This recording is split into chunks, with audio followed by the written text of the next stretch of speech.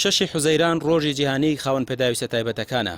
لەم ڕۆژەدا ئەوان جلی ڕەشیان پۆشیەوە دانەوێت بەم کاریان بەدەسەڵات بڵێن هیچ ئومێدێکیان پێیان نەما و بەهۆی خەمساردی دەسەڵاتدارانەوە خەونەکانیان لەناو ئەم دارەمەی تەدەنێژن.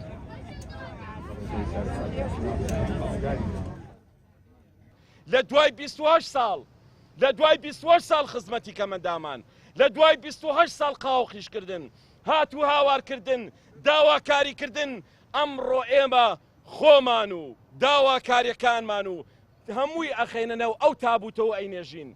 بەڵکو سەرۆکایەتی ئەنجومەنی وەزیران، دەسەڵاتدارانی ئەم وڵاتە ئەگەر یەک تۆ شعورتان تیا ماوە، ئەگەر یەک تۆز ئەخلاقی حکومڕانیتان تیا ماوە، ئەو تابوتە بەسە بۆی کە سەیری بکەن.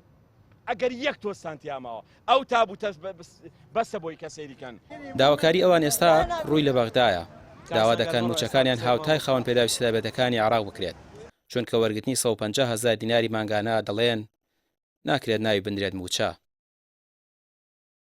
يعني ضميري شبر برسي قبول أكا 150,000 بۆ کەمەندامێکە بەیانی هەتارە لە سەعرەبانەی بێت چی پێ بکا بە 150,000.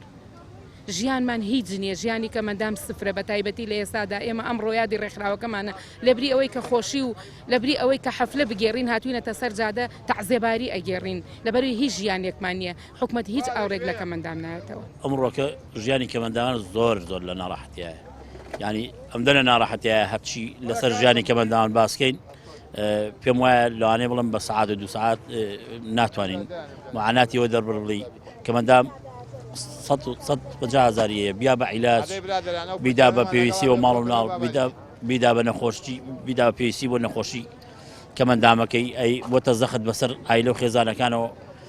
بەڕاستی ینی ئەوەی کە کەمەندام ئەیگوزارێنێ ژیانێکی زۆر نائابوارە، ژیانێکە لە وڵاتە پڕخێر و بێرەیە کە هیچ شتێکی بۆ ئێمە نییە. بەداخەوە دەسەڵات زۆر بێ باکە لە ئاسی کەمەندام و لە ئاسی چینی فەقیری کە چینی فەقیر واتە بە هەموو توێژەکانەوە بە تایبەتیش کەمەندامان. ماڵ بە ماڵی کەمەندامان بە خۆمان و کەسوکارمانەوە دەمێن بە هاوپەیمانی کوردستان. هەرچەندە پێشتر ئەوان بانگەشەیان بۆ دەنگدان بەدەسەڵات دەکرد، بەڵام ئێستا پەشیمان و دەڵێن بەڵێنەکانیان ڕاستدار نەچوون. بۆیە چیتر متمانە بە کەسانێک ناکەن هیچ خزمەتێکیان پێ نەکەن و لە ئازار و مەینەتیەکانیان تێنەگەن. ڕامیار عوسمان، کەناڵی پێام، سلێمانی.